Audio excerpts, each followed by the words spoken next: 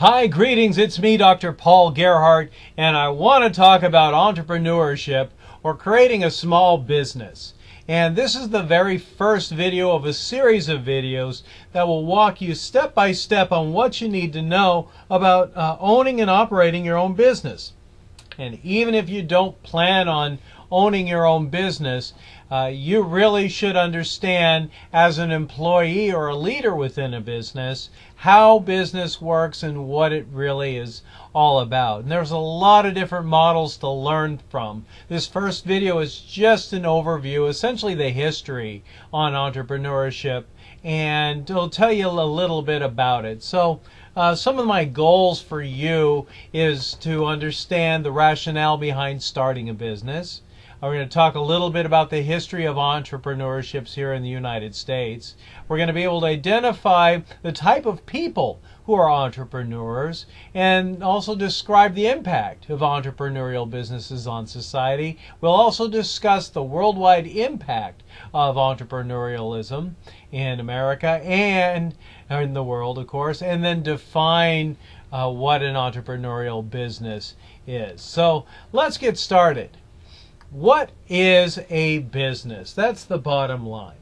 Well, one of the best resources that you have as a potential business owner is the SBA.gov website, and that's the Small Business Administration of the United States. It provides statistics and lots of resources, and essentially it says that 23 million small businesses in America are accounted for by 54% of all U.S. sales. So 54% of all U.S. sales comes from 23 million small businesses. And small businesses also provide about 55% of all jobs. So that's really important to understand. The Small Business Administration was officially organized in 1953 as a part of the Small Business Act, and it provides information and assistance at levels of organizational development for entrepreneurs. And that website again is www.sba.gov. It's a great resource there to help anyone who wants to create a business plan or needs resources. It's all put there on one actually pretty well organized website, which is a surprise because it's a government website. All right, so let's talk about the Fortune 500.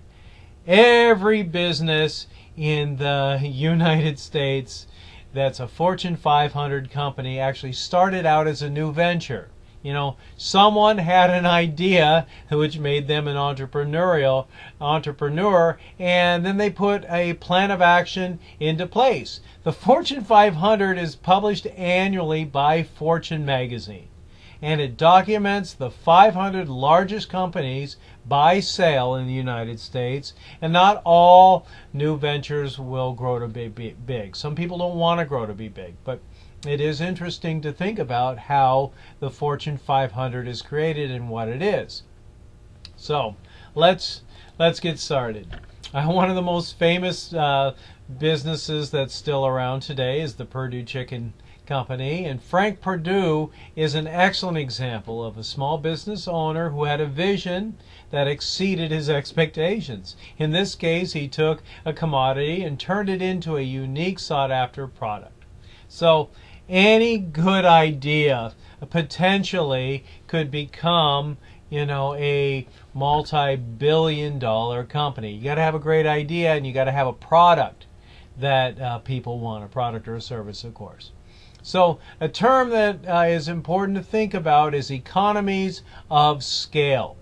And large companies benefit from economies of scale. This is a condition that allows the long-run average cost to continue downward as product increases. For example, Walmart, the biggest retailer in the world, I guess Amazon just took them out recently, but one of the biggest companies in the world, Walmart, can advertise for a lot cheaper as a Walmart, and the costs to manufacture their products or services goes down because they can purchase more products or services than the average company. So entrepreneurs on the other side they can compete with Walmart because they can respond quicker and more effectively to meet customers' needs. And that really is really key to understand. Is almost any large business out there might be able to compete on cost, but when it comes to quick response and service, the smaller businesses generally have that edge. So here's how you solve for success. There really are three critical elements that an entrepreneurial must solve for success. The first one, they must have an effective sales generation model. There are lots of different models out there, but in order to be able to get the product or service to a customer, they must have a model that works. Two, it must have a sustainable operating profit margin. So if you don't continue to be able to pay for your goods and resources as a company, you won't be able to sustain. So you need to be able to generate enough profit. That's money, revenues beyond what costs equal.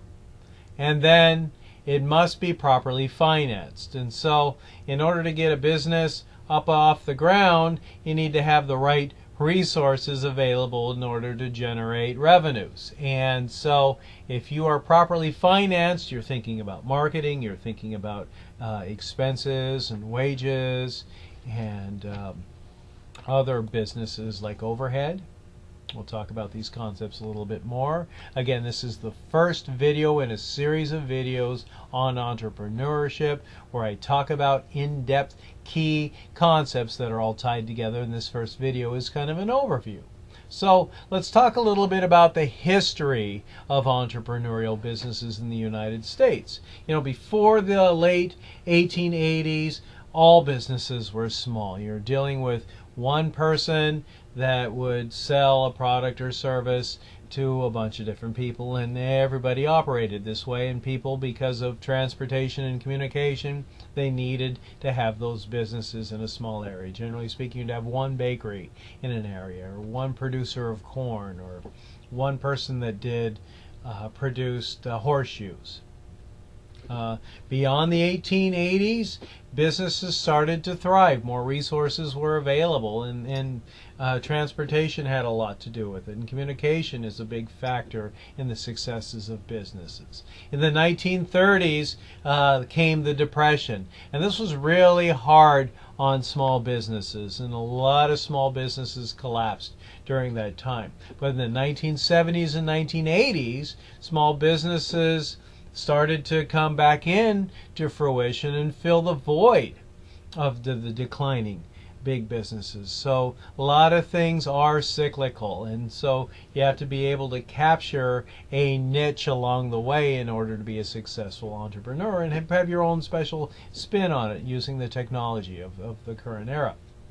So entrepreneurial businesses have typically been the backbone of every nation. So who are entrepreneurial business owners today? Well, business are people who like being their own boss or want to be their own boss. In order to be their own boss, they must keep stock or stakeholders in mind, their customers, end users. You never want to allow people to have dissatisfaction with your product or service. You want to give them value beyond what they expect, and those are your stakeholders. The financial rewards can be amazing. Nearly half the millionaires in the United States have gotten there by being entrepreneurs. And so if you have a great idea and you can create the systems that help get your product or service to the stakeholders in a way that they see a value, you also can be a millionaire. So how does society benefit? Well, new business development drives the economic success of a community, a region, and a state. Civic leaders use entrepreneurs to promote economic strength. Entrepreneurs create new jobs and tax revenues, and they have the ability to revitalize a dying community. Flexibility of business ownership allows workers to meet their own needs. Entrepreneurs around the world. The World Bank says that one of the strongest factors in growth of any nation's GNP, gross national product, is the presence of small and medium-sized enterprises, the SMEs. Almost all nations encourage SME development, from small microloan programs to large. Consider Singapore's high technology ventures. And the results from these efforts are that startups are increasing around the world. What is an entrepreneurial business? Great question. People typically associate small and entrepreneurial businesses together. The U.S. government defines a small business as any with fewer than 500 employees. Multiple terms can be used to refer to the same types of businesses, including entrepreneurial businesses, small businesses, family businesses, or small to medium-sized businesses, or enterprises known as SMBs or SMEs. Venture capital startups. So, venture capital startups share these characteristics. One, they're well funded with venture capital. People are investing in them. Two, often formed with a harvest plan in place. Three, they grow quickly with heavy debt. Four, have developed organizational structure. Five, often hire an experienced president to grow the firm. Six, tend to develop operations in multiple locations.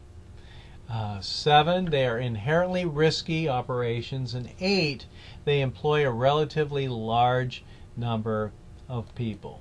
So let's talk about entrepreneurial startups briefly. Entrepreneurial firms are the focus of this video series and are defined by these characteristics. One, they're self-funded and they're closely funded. Two, oriented around positive cash flow. Three, structured to harness the skills of founders. Four, designed in the image of founders. Five, oriented to personal goals of founder. And six, number of employees may be 0 or as few as 1, and typically not expected to grow beyond 100. So let's talk about a phenomenal success.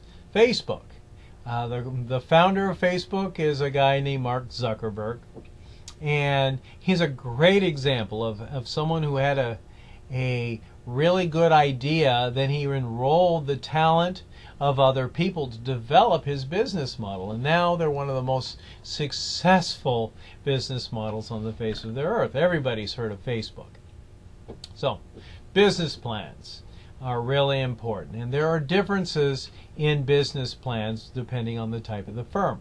Venture capital backed companies develops a business plan as a promotional tool. They hire consultants to develop their plans, and their plans may run from 25 to 45 pages.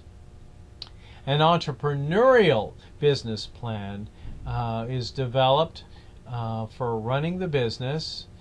Most business owners develop their own small plans, and the plans are usually, for an entrepreneur, about 15 to 25 pages long. And the plans have three main goals in mind for entrepreneurs. One, they serve as a guide. Two, they provide self-evaluation. And three, they provide key criteria. So really being very, very clear on who you are as a business and how you do things is important. And that's the kind of information that you'll find in a successful business plan. We're going to talk about that more as we go along. So essentially, business planning really is having a successful process. This video series doesn't give you a cookie cutter business approach. There's so many different models that you could look at, and you don't have to recreate the wheel, but you do have to be able to understand how the systems work in order for you to be able to create your own business and be able to use existing systems and adapt them so that it works for your particular model. You should develop the elements of your plan as we go through each of these lessons. Really consider the ideas that are coming forth and be thinking about your particular business model in mind. And don't be intimidated by all the effort and time that it takes to bring forth a business. If you really be able to figure out the nuts and bolts of your business, you can be a successful business person. And ultimately, if you want to enroll other people, you really should create a one-page pitch for your business that really essentially summarizes who you are, what you're about, and how you do it. So essentially, that's my overview in entrepreneurship. I hope you enjoyed the video. Please stay tuned for more videos and keep checking back. I hope that you have a great day, because only you get to choose how you feel about it. I'm Dr. Paul.